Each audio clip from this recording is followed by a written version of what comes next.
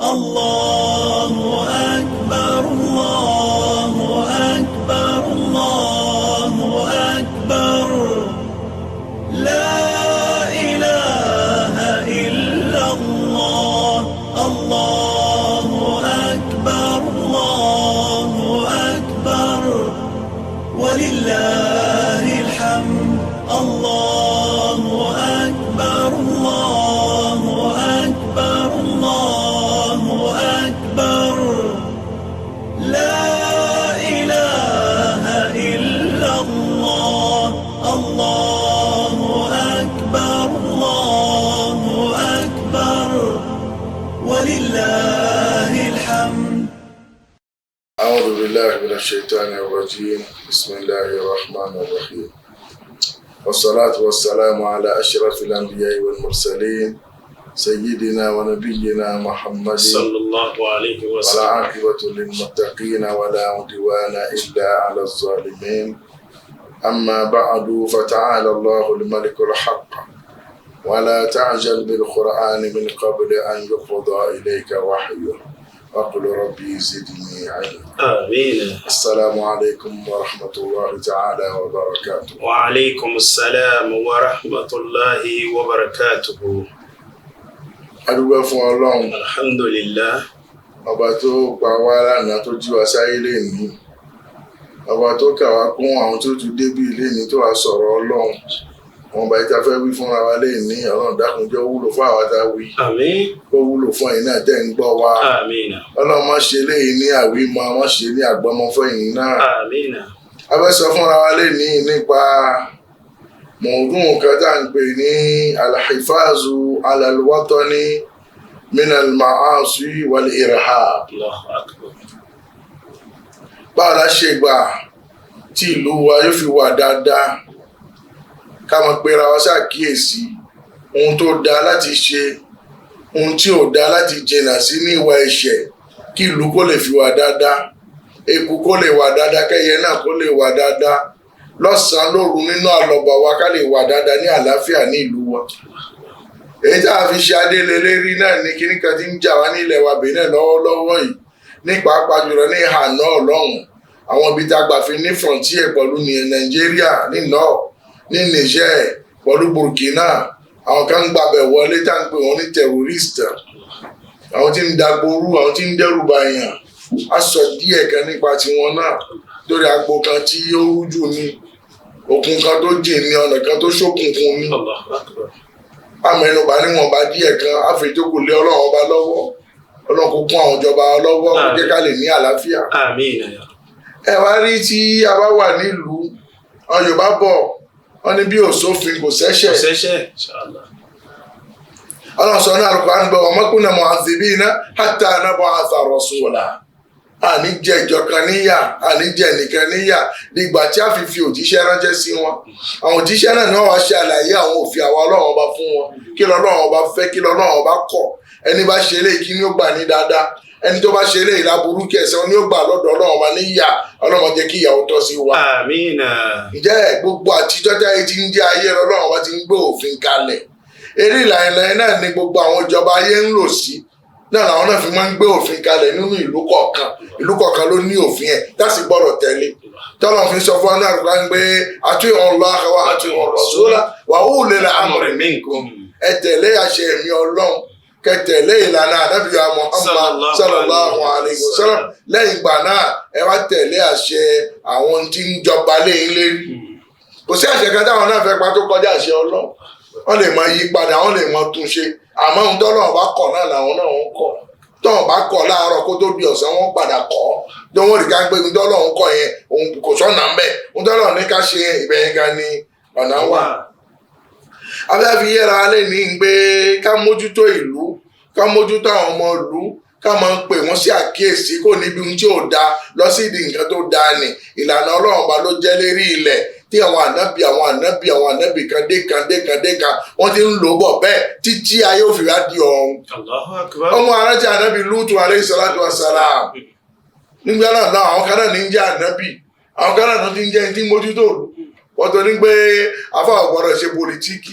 gbọ́dọ̀ pé ànábì Sùlẹ́mánà sí nígbà ayé ànábì Sùlẹ́mánà kò sọ́ba kan títún ìjọba mọ́ òun kan náà la ànábì òun náà tún lọ bá gbọ́dọ̀ pé ànábì Dáúdà sí níjọ́ náà lọ òun náà la ànábì òun náà títún ìjọba ẹlòmíì tí ń ṣèlú lọ́wọ́ òsì mọ́ òun náà kábíyèsí ni abẹ́ ẹ̀ ní gbogbo àṣẹ ìlú náà wà òun náà ló sì dúdú ànábì Ọlọ́run jẹ́ tí ọba darí ìlú níjọ́ náà ta ló fẹ́ darí ẹ̀ sí. èyàn ní mú arántí ọ̀rọ̀ ànábì Lútà lọ́jọ́ náà lọ́hùn tí ń pa àwọn ìjọ ẹ̀sẹ̀ àkíyèsí ọlọ́run bàbá rí oníkíni. A'udhu billahi minash shaitanir rajim bismillahir rahmanir rahim wa Luta idh qala liqaumihi innakum latatuna al-fahishata ma sabaqakum biha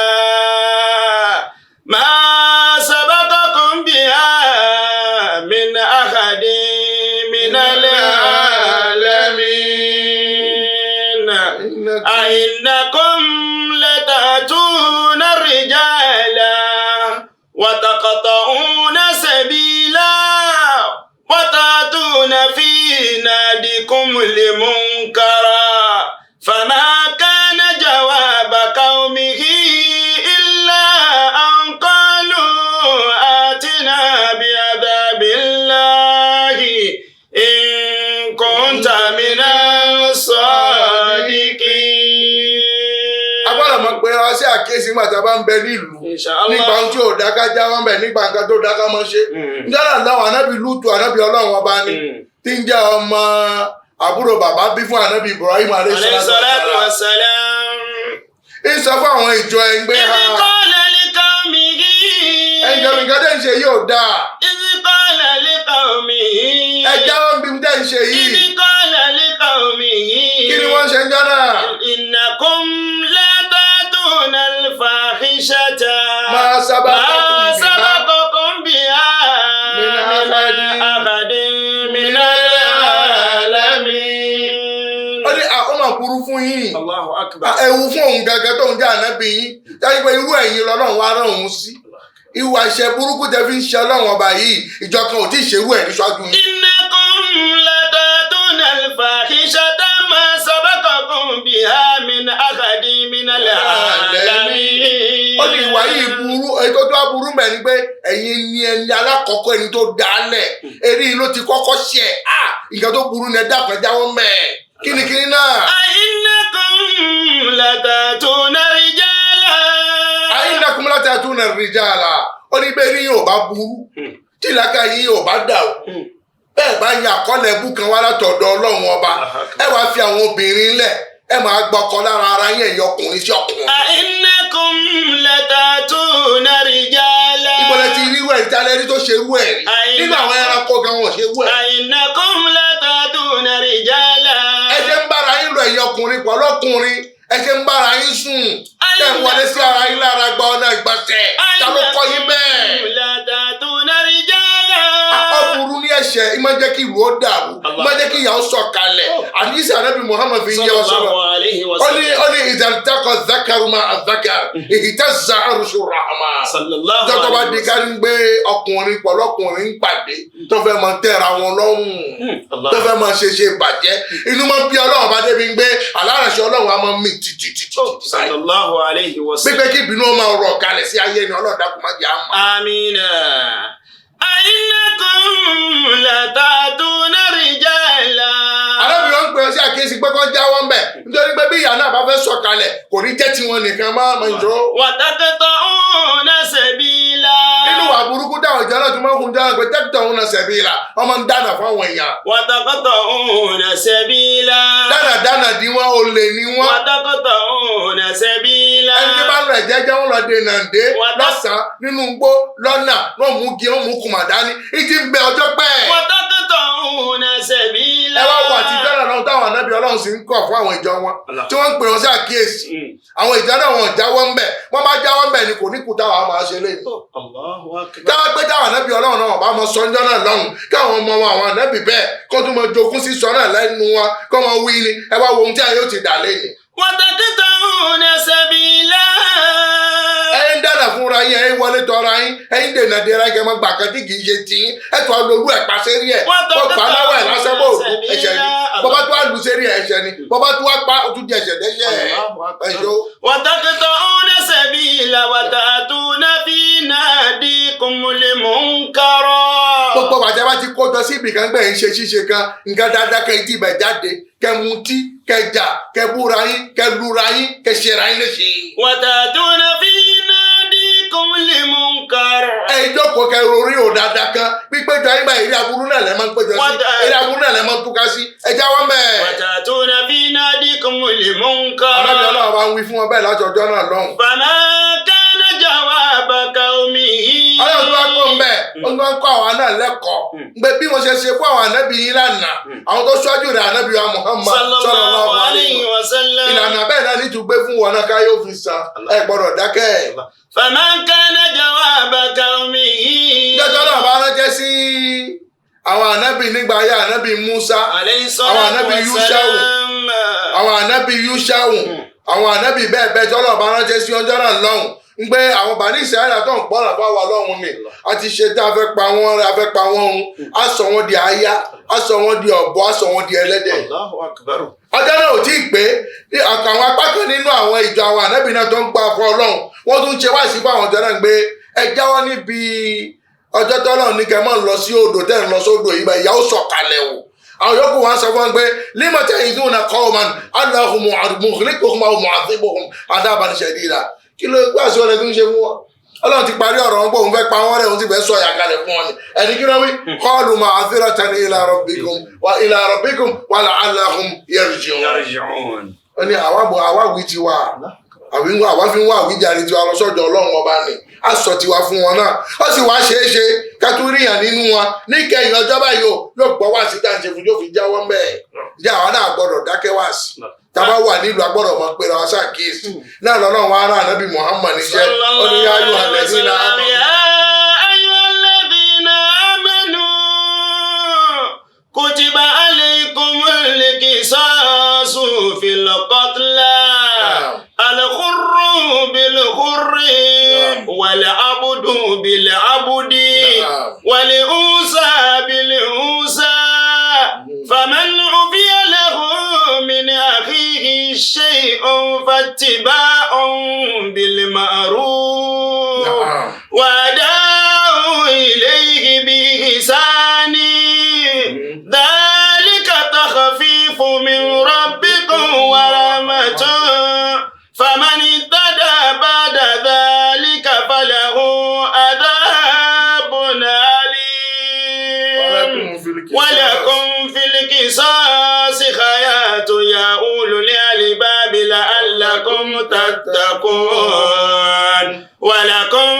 fil qisasi hayatun ya ulul albab la'allakum tattaqun. ọlọ́run sọ fún ànábì Muhammad sallallahu alaihi wasallam ọlọ́run ìrìn ànábì bá mi sọ fún àwọn ìjọ ń gbé kutiba alaykumul qisasu fil qatla. kutiba alaykumul qisasu fil qatla. tó bá ń fẹ́ kí ìlú ó wà dáadáa a ti sọ fún ànábì Lútà lẹ́ẹ̀kan pé kó mójútó security ìlú ẹ̀ báwọn yẹn bá rìn lọ́sàn-án kán rìn pẹ̀lú àlàáfíà kán wọlé lálàáfíà bọ́n bá rìn lóru kán rìn lálàáfíà kán wọlé lálàáfíà àwọn tí ń dènà dé yan ni báwa wá àwọn ọmọ ọlọ́pàá tí wọn tó wà lọ́tún lọ́sì pẹ̀lú nùmẹ́rò táwọn ọmọ òdùkún lè rí fàyà. kutiba alaykumul qisasu. ẹja fẹ́ sọ fún wa anábì Muhammad sallallahu alaihi wasallam. kíkún ìta ti rá àwọn anábì tó ṣáájú ẹ̀ ní gbé òye òfin tó yẹ kó gbé kalẹ̀ ní gbé ẹnìkan bá dáràn kan irú tó fi dáràn náà ẹ̀dá fóun náà. kutiba alaykumul qisasu fil qatla. bọ́ bá pààyàn ẹni tó bá lọ fi ògbójú fi pa ẹni ẹlẹ́ni sérí àìtọ́ sérí ẹ̀tọ́ sérí ààrẹ ẹni náà ló pa ẹsẹ̀ ní pé kẹpa òun náà. kutiba alaykumul qisasu fil qatla al-hurru bil-hurri. àní ẹ̀sẹ̀ tiẹ̀ náà ní pé kẹpa ọlọ́tún sọ ní àyà mi gba làáìnù bí làáìnù. bẹ́ẹ̀ni bàbá. bí ọba pátọ́ ẹgbẹ́ yọ lójú ní ẹyọ òun náà lójú. ojú ọ̀tún ló yọ ní ẹyọ ọ̀tún tiẹ̀ náà ó sì ní ẹyọ òsì tiẹ̀ náà méjèèjì ló yọ ní ẹyọ méjèèjì fóun náà. wàlà àǹfà bí imú ló gé fún ẹjẹ fóun náà. wàlà òdùn náà bí lódùn ni etí ló gé fún ẹjẹ fóun ọkà lẹ́yìn ni ẹ̀yìn mélòó ló ká lẹ́nu ẹ̀ eríṣẹ́ yóò tó kè ní àbí ti talẹ̀ ni ẹ̀sìn sífù ni kàníìnì ni mọ̀lẹ́ ni èyí tó bá jẹ́ mbẹ̀ ní kẹ́kẹ́ fóun náà wọ́n ti dúró àkìsọ̀ kọ́lá bó bá jẹ́ kó dọ́gbẹ́ sí lára ni ẹwọ kankan bí tó gbé dọ́gbẹ́ náà sí lára apá ni ẹsẹ̀ gbé dọ́gbẹ́ náà ṣe fẹ̀ tó àwọn èèyàn wà tó ń gbé ọbẹ̀ náà bu òun náà lára. Allahu akbar. ọlọ́run tí a bá ṣe bẹ́ẹ̀ lakum fil qisasi hayatun ya ulil kutiba alaykum al-qisasu fil hayati wa lakum fil qisasi hayatun ya ulil albab. ọlọ́run bẹ́ẹ̀ yẹn ṣiṣẹ́ ní òjẹ̀kẹ̀ ní àlàáfíà nílùú nítorí ẹni tó bá dára bẹ́ẹ̀ tó wọlé tọ̀ ẹni ẹlẹ́ni tó lọ fò gbójú paṣẹ ní ẹ̀tọ́ ẹni náà sẹ́rí àárẹ̀ ẹni náà tẹ bá pa òun náà ẹ dẹ̀rù bá ẹlòmíì tó wà lẹ́yìn. walakum fil qisasi hayatun ya ulul albab. ọlọ́run hayatun ibẹ̀ ni ìfàyàbalẹ̀ wà fún ibẹ̀ ni ìgbádùn ibẹ̀ ni ìmẹ́rìbọ̀ wà fún yín. hayatun àmọ́ èyàn pààyàn ẹ̀rọ̀gbẹ́sẹ̀ wọn èyàn pọ̀ dídí ẹ̀mí líle parabole ẹ̀fẹ́ Allahu akbar. ọba nǹkan jẹ́ kíkí náà kò lè tún ṣe mọ́ ẹ̀yin wà lọ́gbẹ́jù sẹ́wọ̀n ọdún márùn-ún ọdún mẹ́rin kan tó padà jáde ẹ̀yin ẹ̀ ò ní jẹ́ kẹ́ lómi ò bẹ̀rù àti pààyàn mọ́. walakum fil qisasi. àmọ́ àgbà tó pààyàn lẹ́gbẹ́ òun náà jáde sí gbangba ayé lẹ́pa ọgẹ́yà lápá amú ajé òun náà lápá yóò dẹ́rù bá àwọn lómi tó bá kù lẹ́gbẹ́ ẹ̀ tó o bá fẹ́ kó ń gé ẹ lápá má dán o tó o bá fẹ́ kó ń pẹ́ má dán o gbà náà yẹ kù á sinmi ẹ má ṣe o. hayatun ya ulul albab la'allakum tattaqun. ọlọ́run ní ẹni tó bá dọ́gbẹ́ sára ẹlòmíì nìyẹn ó pààyàn àbó dọ́gbẹ́ sára ẹni náà ó gé lápá àbó ó yọ lójú àbó gé létí àbó gé nímú ìdájọ́ ẹ̀ nìyẹn ẹni tí ò wá ṣe èyí tó yẹ pé fúnra ara rẹ̀ ní í ṣe ọlọ́run ọba ńkọ́ ìfi ìtẹ́lọ́run ara rẹ̀ fi ṣe ọlọ́run ọba ìdájọ́ tiẹ̀ lọ́dọ̀ ànábì Muhammad sallallahu alayhi wa sallam. ọlọ́run sọ fún ọ́nà Al-Qur'an ọlọ́run ní azaniyatu. azaniyatu wa zani. fajlidu. Inshallah. Allah akbar. Azani wa zaniya. Azaniyatu wa zani. Azaniyatu wa zani. Fajlidu. Kulla wahidin minhuma mi'ata jalda. Allah akbar. Azaniyatu wa zani. Fajlidu kulla wahidin minhuma mi'ata jalda. ولا تأخذكم بما رأفة في دين الله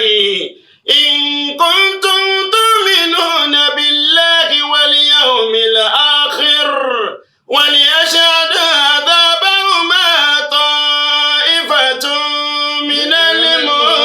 المؤمنين. الزانية والزاني. الزانية والزاني. Tẹ́ bá fẹ́ kí ìlú ó wà dáadáa kí àkójọ wa kó wà dáadáa kó má sí ìdọ̀tí kó má sí aburú kó má sí àárẹ̀ burúkú kan kó má sí èyí tí ò gbọ́dọ̀ gbọ́ gbogbo ọkùnrin gbogbo obìnrin tí ò bá ti wà lábẹ́ ọkùnrin kan tó bá lọ ṣe ṣìnà pẹ̀lú ọkùnrin tí òun náà ò tí ì fẹ́ ìyàwó lọ́dẹ̀dẹ̀ ọkùnrin apá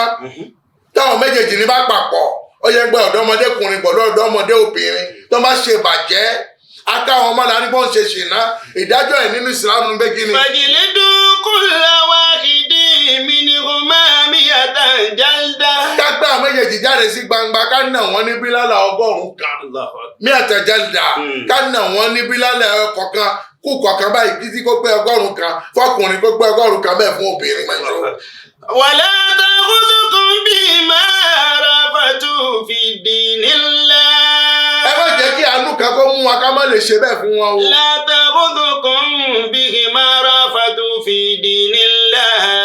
ẹ má káànú wọn kẹ wá ti torí àánú tẹ ní sí wọn ni gbé bílálà ó bà wọn lára jẹ́ ara ò ní wọn rí ìnira yóò lè bá rẹ fún wọn yóò bá wọ jẹ́ kẹ má wá ṣe bẹ́ẹ̀ ẹ bá ti torí ẹ tẹ wá fi ìdájọ́ Ọlọ́run ọba lẹ tẹ lò ìdájọ́ Ọlọ́run ọba fún wọn Ọlọ́run ẹ ṣe wọn Ọlọ́run ọba. wala ta'khudhukum bima rafatu fi dinillahi in kuntum tu'minuna billahi wal yawmil akhir. Ọlọ́run tẹ bá bẹ̀rù ọmọ Ọlọ́run tẹ gba Ọlọ́run bá gbọ́ lódodo tẹ bẹ̀rù àlìkìyámà ìdájọ́ yìí ni kẹ ṣe fún wọn ẹgbẹ́ wọn jáde kẹ nà wọ́n ní 100 bílálà. in kuntum tu'minuna billahi wal yawmil akhir wa liyashhad adhabahuma ta'ifatun minal mu'minin. ìdájọ́ tẹ bá fẹ́ lò dájọ́ náà ẹ má ṣe ní ìpamọ́ kó má jẹ́ ní bòńkẹ́lẹ́ ní lẹ́yìn kùlé ní kọ̀rọ̀ yàrá ẹ gbé wọn jáde sí gbangba kan kí ẹ á pè ìlú ẹ pè èrò ẹ pè àwọn ará àdúgbò náà mú mi ní mùsùlùmí òdodo kí ẹ̀sìn pawọ́pọ̀ ẹ pè àwọn mélòó kan ẹ pè àdúgbò 2 mẹ́ta kan wá kí ló kún kọ́ wá gan ní ẹ̀ ngbà alágbájá pọ̀lú làkàṣègbè yìí wọ́n ṣe ṣìrán wọ́n sì dá sẹ̀rí àfọ̀n olóòótọ́ kọ́ lè màkà ní gbé ìjọ́kíjọ́jẹ́ nìkan bá tún dẹ́rú ẹ̀ wò bẹ́ẹ̀ náà láti fún ẹ̀. wọ́n lè ṣe dáadáa bákan máa tọ́ ìfàtún mínálì mọ́mìnì. yóò jẹ́ ìdẹ́rùbà fún àwọn olómìn tó kù lẹ́yìn ó sì jẹ́ ìtìjú fún àwọn náà tó bá di ọ̀la àwọn tó ní dẹ́rú ẹ̀ wò láyéláyé ọlọ́run bá ti dúró níbẹ̀ ọlọ́run tó wá lọ bí ń gbé nítorí sọ fún wa nípa àwọn tó jalè ó yẹ ká lò dájọ́ fún òun náà ó ní wàsáríkù. wàsáríkù wàsáríkọ́. wákàtà òun. wákàtà òun. wákàtà òun àìdíyàwó máa jàzá bima kasaba nakala minallah wallahu adizun hakim. ọlọ́run ní wàsáríkù wàsáríkọ́. فاقطعوا أيديهما جزاء بما كسبا نكالا من الله والله عزيز حكيم. وسارق وسارق. ọlọ́run ní gbogbo ẹni tó bá jalè lọ́kùnrin tó lọ gbé nǹkan oníkan tí kì í ṣe tiẹ̀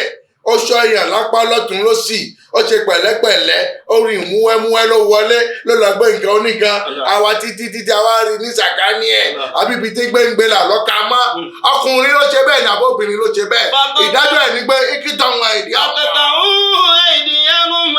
tó bá jẹ́ pé àkọ́kọ́ ṣe wọn ni ó yẹ pé àkọ́kọ́ ṣe wọn ni á gé wọn lọ́wọ́ débi kókó ọwọ́ tọ́jú wọ́n ṣẹ̀ṣẹ̀ ṣe ni á gé wọn lọ́dẹ bí kókó ọwọ́ ibi tí ìka ọwọ́ parí sí là ń gbé bẹ́ẹ̀. tọ́ba tó wá ṣe mí á tún gé kejì ẹ̀ ọlọ́mọdé àmọ́. tọ́ba tó wá ṣe mí á wá gé débi ìgbọ̀npá. bó ṣe wà nínú ìsìlámù ni ọlọ́run ní ẹ gé wọn bẹ́ẹ̀ jaza'an bima kasaba. jaza'an bima kasaba nakala minallah. ọlọ́run ní nakala minallah èyí ní ìdájọ́ ìbáwí tó tọ́ sí wọn. jaza'an bima kasaba tí o máa ṣe déédéé ìwà ẹ̀ṣẹ̀ tí wọ́n hù látọ̀dọ̀ ọlọ́run ọba bó bá fẹ́ káànú ẹ̀wọ̀ ọ̀kan ò náànú ẹrú tó ọba tó ní ẹrú ọba tó dẹ́ ẹrú tí ń fún wa jẹ tó ní ẹ̀mí wa lọ́dọ̀ wọ́n ẹnìkan ò lè káànú ẹrú ju ọlọ́run ọba náà lọ ọlọ́run ní ìdájọ́ tó jẹ wọ́n nìyẹn tẹ́ bá ń ṣe bẹ́ẹ̀ ìlú ó wà dáadáa. jaza'an bima kasaba nakala minallah wallahu adizun hakim. ọlọ́run ní òun rorò òun fa àwọn òfin kan lé ó ní tó ń fẹ́ lò níbẹ̀ ò hakimu kágéyà lápá apá náà fẹ́ wúlò fún wọn lọ. wallahu adizun hakim. kágé káyọ lójú ojú ẹ̀ fẹ́ wúlò fún wọn lọ. kágéré tí etí ẹ̀ fẹ́ wúlò fún wọn lọ. òun fa lè bẹ́ẹ̀ azizu òun fa lè bẹ́ẹ̀ òun rí kí òun dájú ẹ̀ níbí báyìí hakimu ó ní ọgbọ́n kan ó ní òye kan ó ní nǹkan kan tó wọn náà wà ń fẹ́ lò níbẹ̀ kí ló ń fẹ́ lò níbẹ̀ nígbẹ́ láti lè ṣe ìwò bá wọn yòókù lẹ́yìn kẹlòmíì ò bá tún dẹrú ẹ̀ ò má èyí ta lò àìmọ́ dẹrú ẹ̀ ò má àìmọ́ dẹrú ẹ̀ ò má fún tẹlòmíì yóò jẹ́ àlàáfíà fún mi pọ̀lú ẹ̀. jaza'an bima kasaba nakala minallah. kí ló fà á tí pẹ̀lú gbogbo owó tá à ń ná sínú security kí ló fà á tí àmọ́ aráre ògbọ́n náà ni olè ń pọ̀ jàmbá ń pọ̀ à ń dáná à ń dènà dèrà wa ń tẹ jàmbá yẹn ọ̀nà gbé kí ni òfin tọ́lọ̀ bá gbé kalẹ̀ tí ó dẹ́rù bà ọmọ ádámà gẹ́gẹ́ bí àyà tó ní gbé aláya alámù man khalaqa wa huwa latiful khabir tẹ́lẹ̀ tó mọ ọlọ́run ọba tó mọ wá tẹ́lẹ̀ tó mọ ẹ̀dá tó ọba tó dá wa ọlọ́run ní bí mo ṣe dá èèyàn ọmọ ádámà òun mọ nǹkan tó lè dẹ́rù bà wá ẹni bá ṣe nǹkan báyìí ẹ gé lọ́wọ́ tẹ́ bá ń gé lọ́wọ́ ni ní àwọn ìlú bí wọ́n ń lò fi Islam kẹ́sí nǹkan ẹ bá bọ́lẹ̀ bí lọ́rọ̀ kẹ́ bá bọ́lẹ̀ kẹ́nìkan tó gbé ọ̀gá yóò rí ara ẹ̀ ò dáadáa lórí tó bá bẹ̀rẹ̀ gbọ́fẹ́ agbófẹ́ kan ní pé ń jalè wọ́n tó bá gbẹ ẹjẹ́ gbọ́fẹ́ gbé lọ sáyè kan tó lọ fi hàn ká gbé mo ní nǹkan báyìí rẹ wẹ́ bá kéde ẹni tó bá ní kó wá gbà. ojú ọmọ pé tó bá lọ mú ẹ pé ó jalè ọwọ́ ẹ̀ ń lọ nìyẹn wọ́n tó bá wọ́n gbogbo yẹn ló ti mọ̀ pé bó bá lọ gbé nǹkan tí ò dáwọ́ ọ̀lẹ́ sáwúdí tó bá fi mú ẹ bẹ́ẹ̀ eré ẹ̀ ó jò nílẹ̀ ní alọ́ ọlọ́mọdé àmọ́. Àmín ya Allah. èyí ní ìṣàlùbá gbogbo ẹ̀ pápátá àmọ́ nílùú àwọn ìlú tó wọ́n máa gé wọn lẹ́rìí ni ojoojúmọ́ ni wọ́n ń gbé lọ ẹni bá gbé lọ lẹ́ni tó bá fi lẹ́yìn ọdún méjì yóò tún gbé lọ gbà mí ẹlòmíì wọn mú tó ẹ̀mẹ̀ta mẹ́rin ná kó tó wá sí mi ó dìgbà tó wá gún kíní tọ̀hún sí lára fún ná kó tó di gbé wọn gbọ́. wasariqu wasariqan faqta'u aydiyahuma jaza'an bima kasaba nakala min Allahi wallahu azizun hakim. alábìyà Muhammad sallallahu alayhi wa sallam wọ́n fi yé wa gbé òfin tọ́lọ́ bá gbé kalẹ̀ àfi ká tẹ̀lé òfin náà ká mọ̀ wọ lágbé lágbájá yìí jẹ́ ọmọ èèyàn mímọ́ ó jẹ́ ọmọ ọlọ́lá ó jẹ́ ọmọ ọ̀gá ká mọ̀ lò fífún anábì fi yé wa náà àdìsẹ́ gbé innama ahlaka alladhina min qablikum annahum kanu idha saraqa fihim ad-da'ifu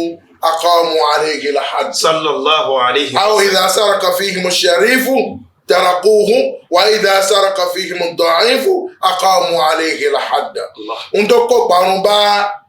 àwọn ìjọ àná pípa àwọn ìjọ àná tí sì tún kó parun bá pípa àwọn tèmí yìí náà ní pé òfin tó máa gbé kalẹ̀ ní òfin níta fẹ́ máa lò fún ẹni tó bá ṣẹ̀ṣẹ̀ báyìí tó bẹ̀ bá ṣẹ̀ṣẹ̀ náà ta àwa dédìí gba fẹ́ lò fífún ta ló ṣẹ̀ṣẹ̀ náà àwa ní gbé ọmọ lágbájá ni ọmọ ọlọ́lá ni ọmọ ọ̀gá ni ọmọ pírẹsidán ni ọmọ mínísítà ni àfilẹ̀ àwọn abákan ṣe sí ànílè lò dájọ́ náà fún un. àmọ́ tàbá dédìí ẹ̀ tàbá ní gbé ọmọ ẹnìkan ò mọ́ ọmọ ẹnìkan ò bí ní ọmọ tálíkà kan ni kì í ṣe ọmọ gbajúmọ̀ kan bàbá yìí ṣe mínísítà bàbá yìí ṣe ọlọ́lá kì í ṣe president kì í ṣe director níbì kan ẹ̀yà ìgbéjáde kí ló fi wí òfin ní ká ṣe báyìí ẹ̀ ló fún ẹ̀bẹ̀ ń lò fi fún àwọn tó ní àwọn tálíkà àwọn ọ̀lẹ́ tó ní ẹnìkan lẹ́yìn ẹ̀ wá mọ̀ pé tálíkà tó ní ẹnìkan lẹ́yìn ó ní Ọlọ́run. ẹ wá wo àwọn ọmọ mínísítà àwọn ọmọ ọ̀gá táwọn ń ṣẹ̀ṣẹ̀ náà ẹ̀ lò dájọ́ ní wọn lórí Ọlọ́run ẹ̀yin tẹ́ bá ń ṣe bẹ́ẹ̀ ẹ̀ ń fọwọ́ ara yín ẹ̀ fi ń fa ìparun fúnra yín. Ànábì Muhammad sallallahu alayhi wa sallam ó ní wallahi ya Fatimata bintu Muhammad salini min mali ma shi'ti salini min mali ma shi'ti fa inni la ughni anki min Allahi shay'an.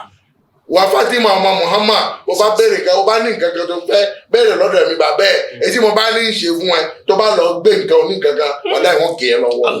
Ọlọ́run dákun jẹ́ kí irú ọ̀tọ̀ sí wa. àmín sallallahu alayhi wa sallam. asalaamu alaykum wa rahmatulahi wa barakatu. ìkànnì tẹ́ ń wò yìí náà ní ìkànnì Sunna TV níbi tí àwọn onímọ̀ ti ń tẹ̀ ìmọ́lẹ̀ sórí ẹ̀sìn Islam látòrí Sunna TV ìmọ́lẹ̀ nínú sunna nabi Muhammad sallallahu alayhi wa sallam ní gbogbo ìgbà ní kẹ́ ẹ máa wò wá tí yóò sì máa rí ẹ̀kọ́ ìsìnkọ́ lórí ìkànnì yìí náà ni o òun ló múlẹ̀ rẹ̀kẹ̀tẹ̀ yàtọ̀ yìí gbogbo mùsùlùmí lọ́kùnrin àti lóbìnrin ẹ jẹ́ ká máa wo Sunna TV ẹ jẹ́ àwọn ọmọ wa náà máa wo Sunna TV kí wọ́n lè bá ní ìmọ̀ tó péye nípa Sunna ìkànnì tó ń tàn mọ́lẹ̀ sínú ẹ̀sìn ni Sunna TV Yorùbá ẹ máa wò wá ní gbogbo ìgbà kẹ́sì máa kọ́ ẹ̀kọ́ tó péye nípa Sunna. tó gẹ́gẹ́ bí ọ̀rọ̀ tí à ń bá bọ̀ Insha Allah. a fi èyí tá fi ṣe adé lé lérí náà ni ọ̀rọ̀ nípa irhab tá ń gbọ́ ọlọ́mọdé àmọ́ àmín ọlọ́mọdé àmọ́ àmín ọlọ́mọdé àmọ́ àmín. ó jẹ́ ìdọ̀tí kan tí àwọn aláìmọ̀ àti àwọn ọ̀tá Islam wọ́n máa fi ń yí Islam lára bí ń gbé àwọn mùsùlùmí ni terrorist àwọn là ń pààyàn àwọn là ń dàlúrú ń gbé à ń fẹ́ kí gbogbo ayé kó di Islam ohun tí wọ́n máa ń fi ń gbé wa nígbà fẹ́ sọ gbogbo ayé di Islam akọ́kọ́kọ́ ẹ̀yẹ fún wọn náà ọ̀kan àwọn ọ̀dọ́ mi máa ń ṣe àyè máa ń ṣiṣẹ́ náà máa pè ní àwọn jihadist àbáwọn jihadism aṣọ títí aṣọ ní assembly lẹ́yìn níṣẹ́ tó ní gbọ́ gouvernement kan àbí parlementaire kan kó tún pe terrorist ní jihadism akọ̀yẹ fún wọn.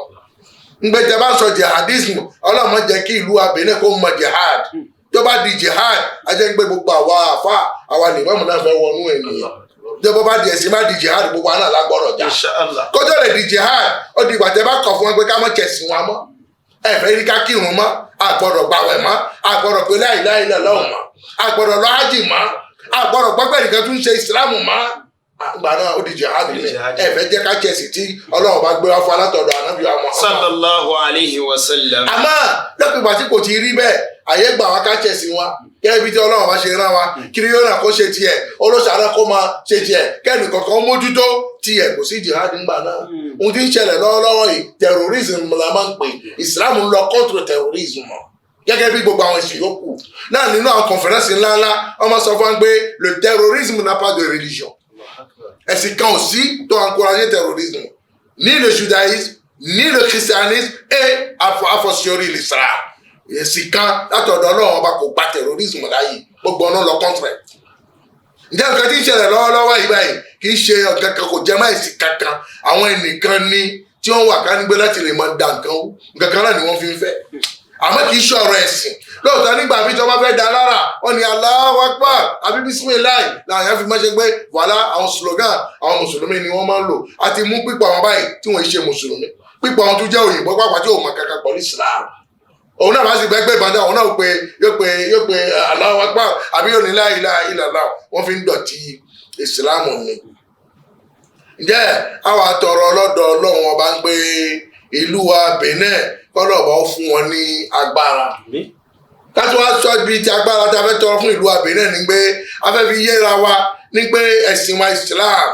kò nínú àdìọ́kẹ́ ń gbé kí gbogbo ayé ó di mùsùlùmí gbogbo ayé wa di mùsùlùmí níjọ́ kan tí ń bọ̀ wá àmọ́ kò tí ì yá nígbà tí ànábì wa Isa alayhi salatu wassalam yóò padà sọ kalẹ̀ kó ní sánmà gẹ́gẹ́ bí àdìọ́kàn tiwa gbé má kọjá lóhu àmọ́ sọ làbòkò walakin shubbiha lahum nínú àyà mi bàdàn rà fún àhùrọ̀ àhùilé àwọn aláàbà agbègbè sánmà ní láàyè wọn ò pa òǹkọ́nù kan lágbélébù òǹkọ́nù kan ní àgbélébù shubbiha lahum akódàmú bá wọn ni agbé àwọ̀ ẹ̀wọ̀ fún ọ̀kan nínú wọn ni Ọlọ́run ṣe tiwọn bẹ́ẹ̀ Ọlọ́run dákun má jẹ́ káwa ọmọ ìdààmú ìyá ìgbà ànábì Ìsá bá padà wá yóò wá fọ́ gbogbo chọ́ọ̀chì pápátá yukasiru kanaisa wa sọlíbà wa yaqtulu khanazira wa la yaqbalu jizya yóò pa ẹlẹ́dẹ̀ yóò wo gbogbo chọ́ọ̀chì yóò gbogbo àgbélébù ni yóò wo gbogbo ẹ̀pọ́n yóò máa polówó ìsìlámù káàkiri bó bá débì kan ẹni tó bá kọ̀ tí yóò gba ìsìlámù bá gbé pa ni kò ní gba owó erí lọ́dọ̀ ẹnìkan gbé ọ̀dà ẹ̀yẹ mọ̀tẹ̀ sí àwọn ẹ̀mọ̀sán gàbá nígbà tiẹ̀ fún ọ̀bájọ́ méje tó fẹ́ lò ní ayé náà gbogbo ayé pápátá ó di Islam ọjọ́ kan dàbí ọdún kan ọjọ́ kejì ó dàgẹ́ bí oṣù kan àfẹ́lọ́bẹ̀ gbogbo ayé ó di Islam ńgbà náà lọ́hùn àlùbáríkà wà sọ̀kalẹ̀ àti ìsirásìkò yẹn lókùn ìgbà tá àbá tí ìsirásìkò yẹn Ọlọ́run sọ fún wa nínú Al-Qur'an pé walau sha'a rabbuka laja'alakum ummatan wahida walakin liyabluwakum Ọlọ́run ní tó bá wò wọn Ọlọ́run ọba ni òun ọba ti sọ gbogbo ayé di ẹ̀sìn kan ṣoṣo òun ti lè ní kí gbogbo ayé máa jẹ́ Yahudi òun ti lè ní kí gbogbo ayé máa jẹ́ Nasara àbí kí gbogbo ayé máa jẹ́ mùsùlùmí àdíngbàyàpá ẹ̀sìn kò wò wọn Ọlọ́run ọba bẹ́ẹ̀ ó wò wọn Ọlọ́run ọba lòun ṣe wá ní káyàkáyọ bẹ́ẹ̀ Yahudi ò ní tòun ló da Nasara ò ní tòun ló da àwọn mùsùlùmí náà nígbà Ọlọ́run ní ẹ má ṣe ìdájọ́ ara yín fastabiqul khairat ila Allahi marji'ukum Ọlọ́run ẹ má ṣe ìdájọ́ ara yín kí ẹ kọ̀ọ̀kan yín ẹ mójútó iṣẹ́ rere ń tẹ̀sí yín kọ́ yín ẹ mójútó kẹ mọ́ ṣe ẹ máa pàdé pọ̀ lómi Ọlọ́run tí ń ṣe ìdájọ́ ní akọni. ń tàbí yé gbogbo ayé pé ìsìlámù ti wa pọ̀ lálùkùránì wa kò sọ fún wa a sì ní láti ọkàn bẹ́ẹ̀ gbé a fẹ́ sọ gbogbo ayé di mùsùlùmí kí tún sọ mí fún ẹ Ọlọ́run bá sọ fún wa lálùkùránì pé wala tasubbu alladhina yad'una min dunillah fa yasubbu Allaha adwan bighayri ilm ẹ̀yin mùsùlùmí ẹ má bu àwọn òòṣà táwọn olóòṣà ń sìn ẹ̀yin mùsùlùmí mọ̀ ń bá rí o ẹ̀yin mùmí ní òdodo tẹ́jẹ́ tèmi ẹ má bu àwọn òòṣà táwọn olóòṣà ń sìn o nítorí bẹ́ẹ̀ bá lọ bú òòṣà wọn ìbínú tí ó gbé wọn báyìí kí làwọn náà ń ṣe wọn náà náà fẹ́ bú ǹjẹ́ ẹ̀yin náà ń sìn tí ń jẹ́ Ọlọ́run ẹ̀yin lẹ́kọ́ mi síta ńgbà náà fẹ́ẹ̀ ṣubú lọ àdúrà bẹ̀rẹ̀ ìrìn láì ní ma ẹ̀ṣẹ̀ ńlá tó wà fún wọn níbi pé káwọn ọmọ yọrùn bú Ọlọ́run Ọlọ́run ní kí tó ṣe báwí fún àwọn wọn ní kọ̀ọ̀kan báwí náà tó wọ́n kó mi síta kí ló mú ẹ bú òòṣà wọn má bú òòṣà wọn ẹ wo bí tí ìsìlámù gbà wá láàyè ǹjẹ́ ìsìlámù tó gbà wá láàyè bẹ́ẹ̀ tí òun ló fẹ́ ní pé ká mọ pa èèyàn kí gbogbo ayé kó di mùsùlùmí ìsìlámù sọ bẹ́ẹ̀ Ọlọ́run àti ìdúró níbẹ̀ àyà mi tún sọ fún Suratul Maida mi báyìí ó ní wal muhsanatu minal ladhina utul kitaba idha ataytumuhunna ujurahunna Ọlọ́run ni mo yọ̀ǹda fún yín ẹ̀yin mùmínì òdodo kẹfẹ́ àwọn obìnrin kiri yó àwọn obìnrin ta fún ní tí aṣáájú yín ó lè jẹ́ Yahudi ó lè jẹ́ Nasara tó bá rí èyí tó bá wù ẹ́ nínú wọn tó bá jọ sọ tó bá tẹ̀wọ̀n náà lọ́rùn tó bá fẹ́ fẹ́ níyàwó ò lè fẹ́ kì í ṣe dandan pé kó tó bá súnmọ́ ẹ̀sìn wa tó bá kàn gbówó fẹ́ ṣe ẹ̀sìn ẹ̀sìn náà ló ń fẹ́ máa ṣe ìfẹ́ sì sí so síbẹ̀ yọ̀ǹda fún kó mọ ti ẹ̀sìn ẹ̀ kó mọ lọ ṣọ́ọ̀ṣì ẹ̀ kó mọ pọ̀ Ọlọ́run ẹ̀ ní méjì mẹ́ta ayébẹ̀kọ kí wọ́n sì máa lọ mọ́sálásí tiẹ̀ bó bá rí obìnrin mùsùlùmí mi fẹ́ ọlọ́run ní ayọ̀ǹda bẹ́ẹ̀ fẹ́ nínú Al-Qur'an kọ́dà oúnjẹ tó bá ṣe halal ní ká jẹ ohun tó bá dúnbú halal ní ká jẹ tó kọ́ ọlọ́run bá ní wọ́n ń pè wọ́n ní kó kọ́ wọn dúpẹ́ fún ṣètá wọn dúpẹ́ fún ṣá ṣé Al-Qur'an tó gba aláyè gbogbo eléyìí ni òun náà ló ti fẹ́ sọ fún wa pé ká dìde kí gbogbo ayé kó di mùsùlùmí ká mọ̀ pa ara wa ni ọlọ́run bá sọ bẹ́ẹ̀. ọ̀dà Al-Qur'an tó sọ fún wa kájà ní pé abẹ́pà òyìn ní ìgbègbè wa lọ sí ìdí Islam ṣé bàbá pa wọn náà ló fẹ́ wọ ní Islam náà ni ṣé ẹ ti ṣe wá sí fún wọn ni wọ́n kọ́ ni ó ti lọ rí wọn ló sọ̀rọ̀ fún wọn ni wọ́n kọ́ gbá wọn ọ̀pọ̀ ni ọlọ́ni ká mọ̀ ṣe bẹ́ẹ̀ la taqtulu anfusakum ẹ mọ̀ para yín ṣe ní yẹlẹyẹlẹ ṣe rí asán ọwá dìde ní ìṣòro lọ́wọ́ àárín èèyàn ó bẹ̀ sí pa àwọn èèyàn síbẹ̀ ẹni tó ń lọ pa ni mùsùlùmí wà nínú àgbàlagbà wà nínú wọn nínú òfin Islam sọ fún wa pé tẹ bá wọ ọdún kan tẹ bá fẹ́ lọ jagun ẹ má pa arúgbó lọkùnrin lóbìnrin tí ò lè sọ̀rọ̀ ogun kan mọ́ tí ń rìn kùjẹ́kùjẹ́ tí ń retí ọjọ́ ẹ̀kọ́ máa wọlé lọ ẹ má pa ọmọdé kékeré tí ò tí ì mọ̀ kankan ẹ má pa obìnrin tí ò bá ń lọ sójú ogun tẹ bá nílé ẹ má pa àwọn igi tó wà nílùú ẹ má pa odò tí ìṣẹ̀dáwọ̀ yẹn fi ń mu tó fi ń wẹ̀ ẹ má gé odò náà nítorí pé bàbá pè sí Islam ṣe tán nǹkan kan ni wọ́n sá jẹ igi tó wà mẹ́rin ìbòjì ni wọ́n mú lára ẹ̀ wọ́n fi so jẹ èso eré ẹ̀ yóò ju àdìgbà ń gbé àdìsí kan gbé ẹ má fọ ọkàn gbogbo kínní ni ẹ̀sìn wọn ẹ̀sìn àánú ni ẹ̀sìn tó ní ìkẹ́ lára ni gbogbo wa ní gbogbo eléyìí ni ọ̀yà ẹni tó fẹ́ ṣe tó náà ń jíjà Islam wọn náà ló gbé bọ́ǹbù sára ọ wà lọ́wọ́ àníyàn ló wà bọ́ǹbù ọbẹ̀ àdìgbà ni la taqtulu anfusakum ẹ má para yín ẹ má fọ ara yín fi para yín la tulqu bi aydikum ila tahluka àdìsí ń sọ fún wa pé ẹnikẹ́ni man shariba summan faqatalahu aw man qatala nafsahu bis-sayf ẹnikẹ́ni tó bá gbé ọ̀bẹ àbí àdá ló fi gún rẹ̀ àbí ó mu ìwọ aw taradda min shahik àbí ó ju rẹ̀ látòkè ó lọ bọ́ sẹ́rí àpáta ńlá àbí ẹ̀dá lójú rẹ̀ látòkè mẹ́ tó bá kú bẹ́ẹ̀ wọ́n ní ìnira tó rí ni la yazalu yatahassahu ila yawm al-qiyamah. Allahu akbar. yóò mọ̀ rí ìnira náà bẹ́ẹ̀ bí ìwà ọlọ́run ni yóò mọ̀ rí ìnira náà bẹ́ẹ̀ bí ogun rẹ̀ ní nǹkan ni yóò mọ̀ rí ìnira náà bẹ́ẹ̀ bó ṣe ju rẹ̀ lókè bẹ́ẹ̀ ni yóò mọ̀ rí ìnira náà bẹ́ẹ̀ títí àlùkìyámọ̀ lọ́wọ́ bá fi dé kò ní fi gbà kan sí mi. Allahu akbar. ẹ̀yà kí ló dúkù kí ni Islam fi jẹ mọ́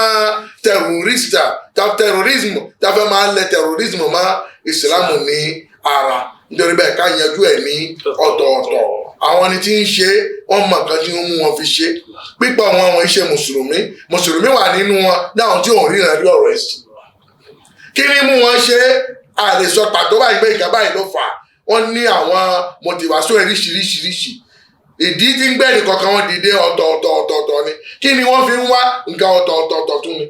àmọ́ kò fi nǹkan kan fi já mọ́ Islam omi máa jẹ́ àwọn cause economic omi máa jẹ́ cause politic omi máa jẹ́ cause ethnic ọlọ́run ọba ló mọ ètò jẹ́ mbẹ́ẹ̀ ẹlòmíì máa jẹ́ fashion tẹlomi máa jẹ́ pé ìyá òun ti kú sójú ogun bàbá òun kú sójú ogun gbogbo nǹkan ó ti bàjẹ́ ó ti lé òkú òun òjẹ òun lè wọ lóhùn lọ sí kó o tún dá ibi kan mọ̀mọ́ kí lóun tún kù òun náà wọ́n kúkú bá kẹjẹ lẹ́yìn rẹ̀ títí òun lọ bá àwọn èèyàn tó wọ́n wà bẹ́ẹ̀ àwọn tó ń tún vi náà tún ní sẹ́ẹ̀sì kan lọ́dọ̀ wọn mọ́ ó wà lóríṣiríṣi bẹ́ẹ̀ irú aburú bẹ́ẹ̀ ní ń jà wá lọ́wọ́lọ́wọ́ yìí ní ìlú wa Benin ǹjẹ́ gbogbo àwa mùsùlùmí pápátá lọ́kùnrin wa lóbìnrin wa a gbọ́dọ̀ pẹnu pọ̀ ká parapapọ̀ ká fi àdúrà àti àkíyèsí ká fi ran ìjọba wa ní ọwọ́ kí Ọlọ́run bá kó lè gbé wa lékè aburú yìí báyìí náà lọ́dọ̀ fi sọ fún ọ́nà àrùkán pé wàláwòlá dẹ́fun ọ̀la. wàláwòlá dẹ́fun ọ̀la iná sábàdọ̀hún bíbá adé لهدمت الصوامع وبيع وصلوات ومساجد يذكر فيها اسم الله كثيرا ولا ينصرن الله من ينصره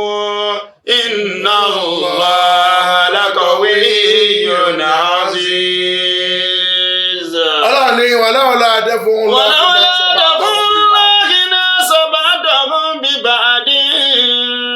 a máa dúpẹ́ fún Ọlọ́run ọpẹ́lọpẹ́ Ọlọ́run tó gbé ètò ayé kalẹ̀ ń gbé kí ìlú kọ̀ọ̀kan mọ níjọba. wàláwọlé dẹ́fúnláì náà sábàdọ́kùn bíbá adé. àti ọba sí ìjọba lu tẹ́lẹ̀ rí ni ẹ wo ohun tí a ti fi ra wa fi ṣe ẹ wo ara tá ti fi ra wa fi dá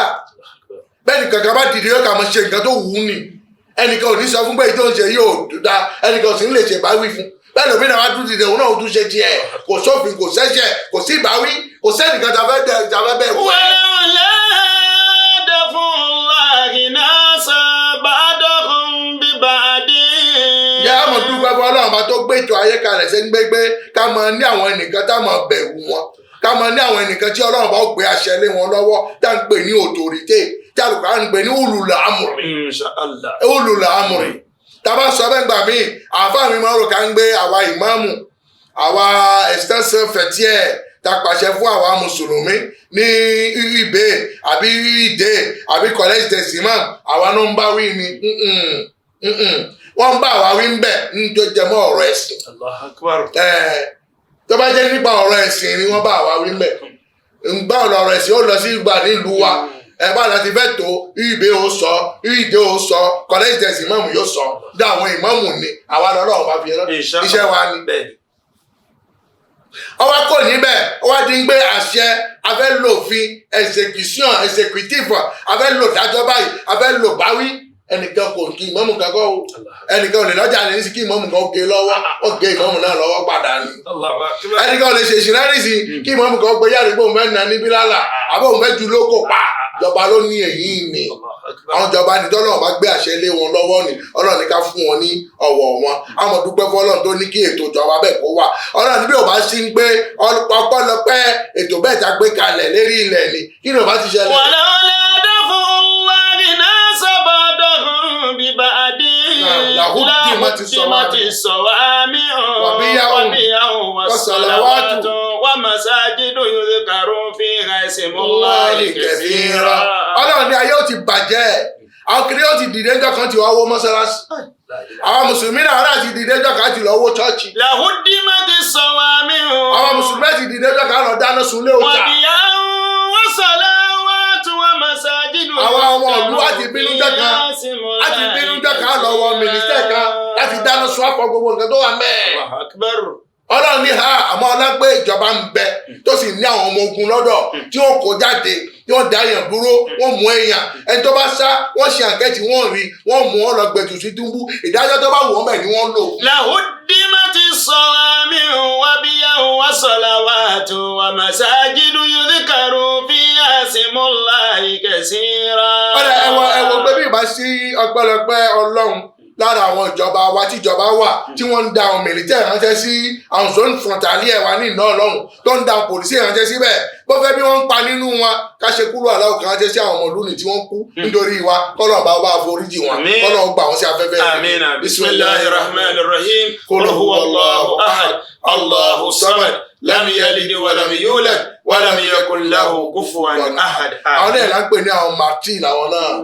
Martin làwọn náà oui les dévoués qui ont perdu leur âme à cause de la défense de la nation. àwọn tó lọ kún torí tiwa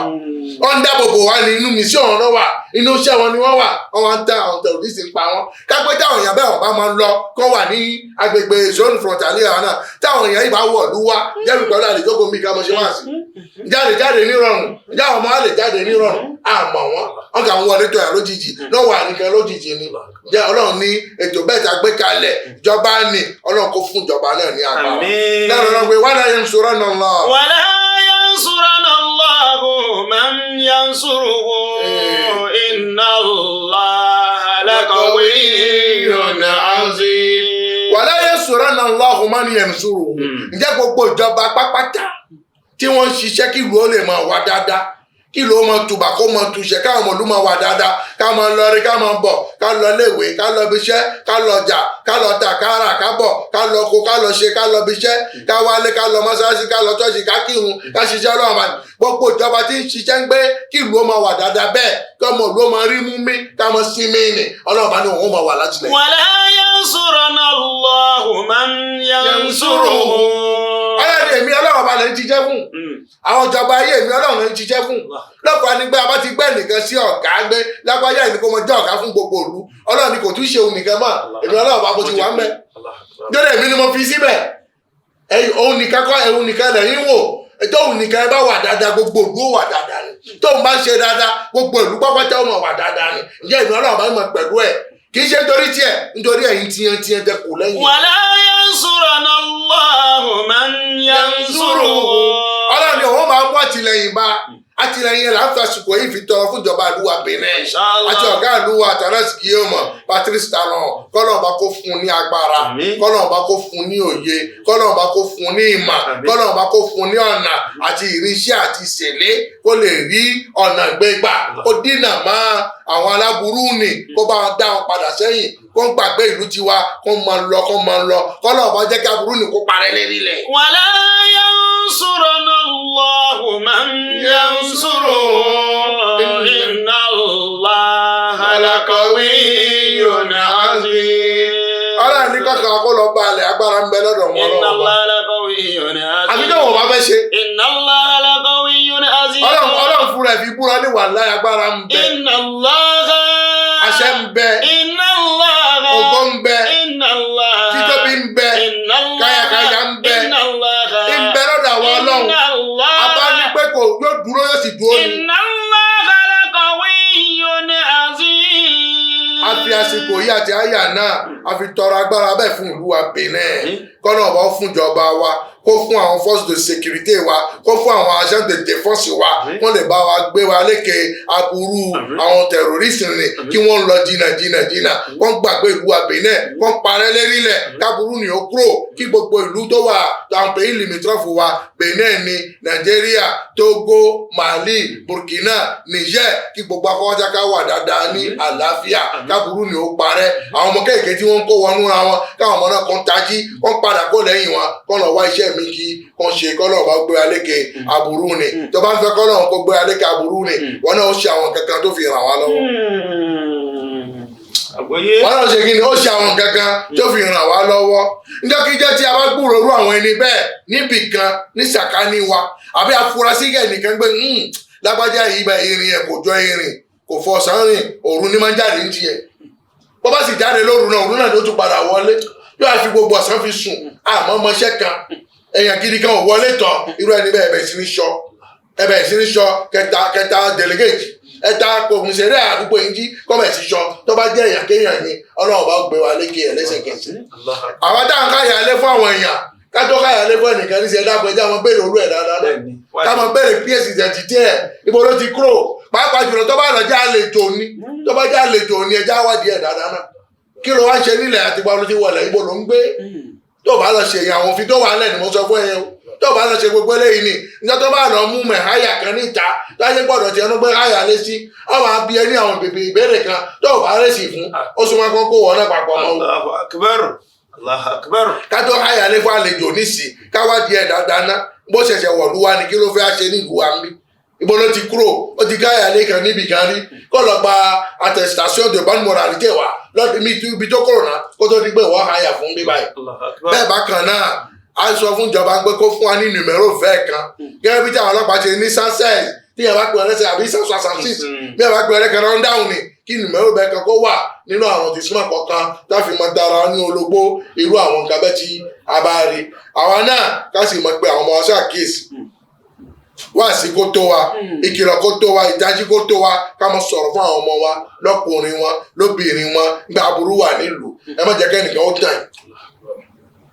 ẹ má jẹ́ kẹ́nìkan ó tàn kọ́ mọ̀ fowó fi tàn yín owó nǹkan àtẹ̀jẹ́ bá ní ká mọ̀ pé wọ́n ṣàkíyèsí lẹ́yìn ìgbà náà àwọn ọmọ wa lọ́kùnrin lóbìnrin kọ́nà kó bo aláṣìírí ká náwó sí wọn lérí kí wọ́n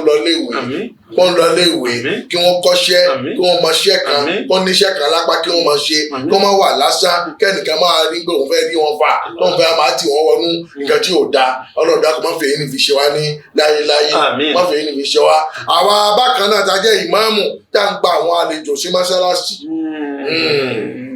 à ń gba àlejò sí mọ́ṣáláṣí a ní pé ká mọ́ gba àlejò àmọ́ káwádìí tá là ń gbà lálejò lẹ́nu kí ló gba wájú àlejò náà ibo ló kúrò àkọ́kọ́ wà lú ẹ̀ ní ìgbà olówọ̀lú wa pásítọ̀ ẹ̀dà ibo ló gbà fi wọ̀lú àfihàn ló gbà wá ní tó gba fìzá àkọ́kọ́ tó wọ̀lú àbí ọ̀nà ìbúrú ló gbà wọ̀lú tó bá bá di ẹjọ́ tẹ gbogbo nǹkan tí gbogbo ìbéèrè yìí níjọba ó mọ̀ bí ẹlẹ́rìí lóòótọ́ àti pé ká kọjú àwọn èèyàn tó ń wọ̀lú wá kó fẹ́ sọ ọ̀rọ̀ Ọlọ́run ká mọ́ kọ́ mọ́ lè sọ á gbà wọ́n láàyè àmọ́ ká wádìí náà ká sì mójútó wọn dáadáa kó má bà wá di ẹjọ́ Ọlọ́run má gbé alékè ẹjọ́ Ọlọ́run ní jẹ́ ká mọ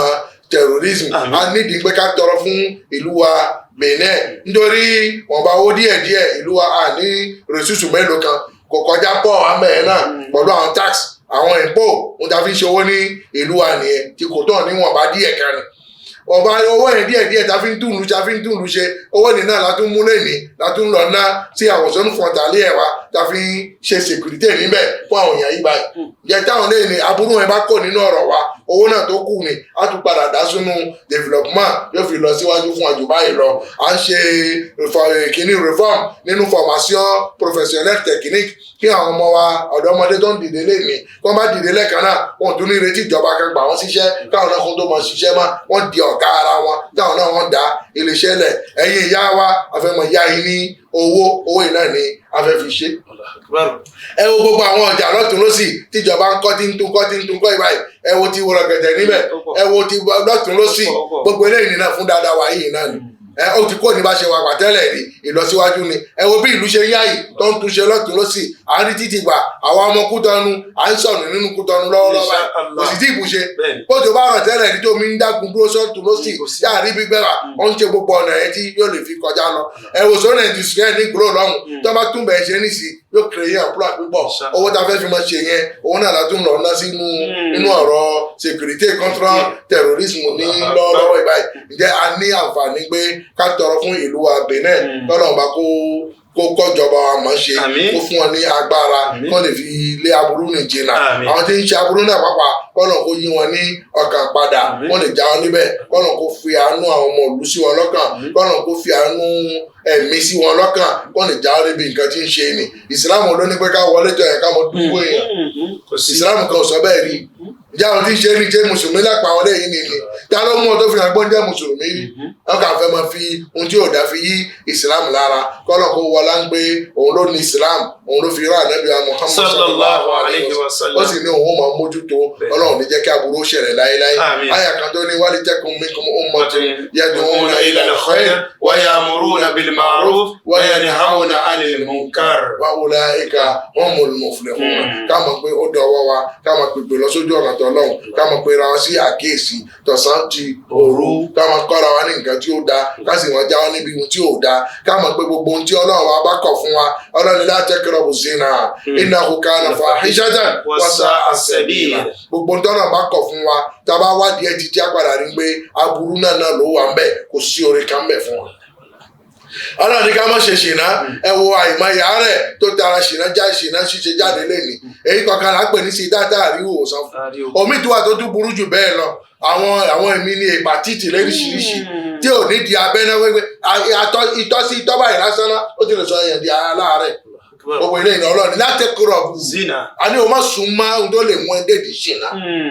má ṣe ṣìnà kọ́lá yóò má sùn má ohun tó lè mú ẹ dé di ṣìnà àwọn ìtìsíwájú ni ó ní ìparun tí ń ṣe fún èèyàn kọ́lọ́ba kó gbé alékè ẹ̀ ọlọ́run ní ká má mutí tí ọtí nìyẹn ń bù ṣe tán ló ba àlákà ìjẹ́ kò mọ nǹkan tí ń wí lẹ́nu mọ́ kò rójú tó rẹ̀ mọ́ ó gbé mọ́tò ó lọ ṣe rẹ̀ léṣe jẹ́ gbogbo dọ́là ọba bá kọ̀ fún wa fún dáadáa wa ni fún àǹfààní wa ni ká lè gbọ́ kó wúlò fún wa ọlọ́run dákun ìjà wílé ní ìmọ̀ṣe ní àwé mọ̀ fún wa